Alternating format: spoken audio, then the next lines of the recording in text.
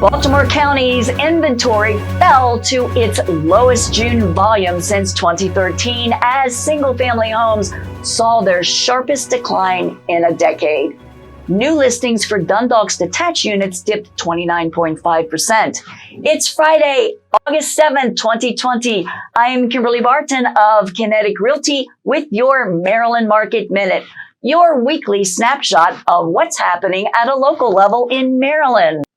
Interest rates at this same time last year averaged 3.75%.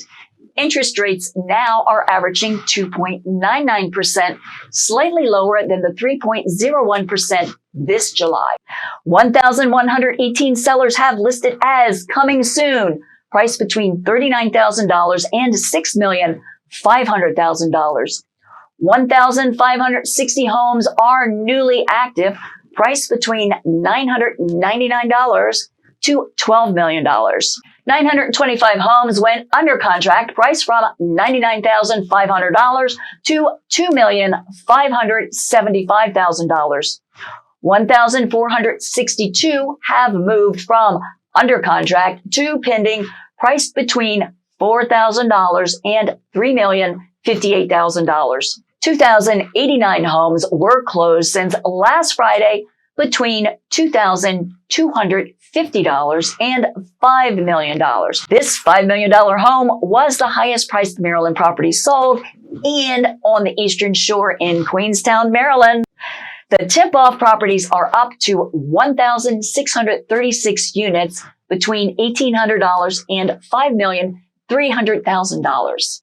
Be sure to like, subscribe, and share to get all the updates regarding the Maryland market. Howard County had its steepest June drop for inventory of single-family homes on record, with Ellicott City off by 35.9%. Prince George's County reported their second lowest days on the market in a decade. Homes in Bowie sold in 8 days, a June record, 5 days fewer than last year. Real estate remains one of the bright spots in the economy.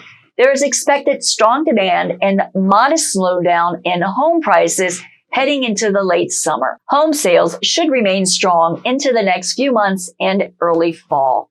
That's your Maryland Market Minute for Friday, August 7th, 2020. I'm Kimberly Barton of Kinetic Realty. If you have any questions about your specific circumstances, call or text me. Thanks for tuning in. Enjoy your weekend, and I'll be here next Friday.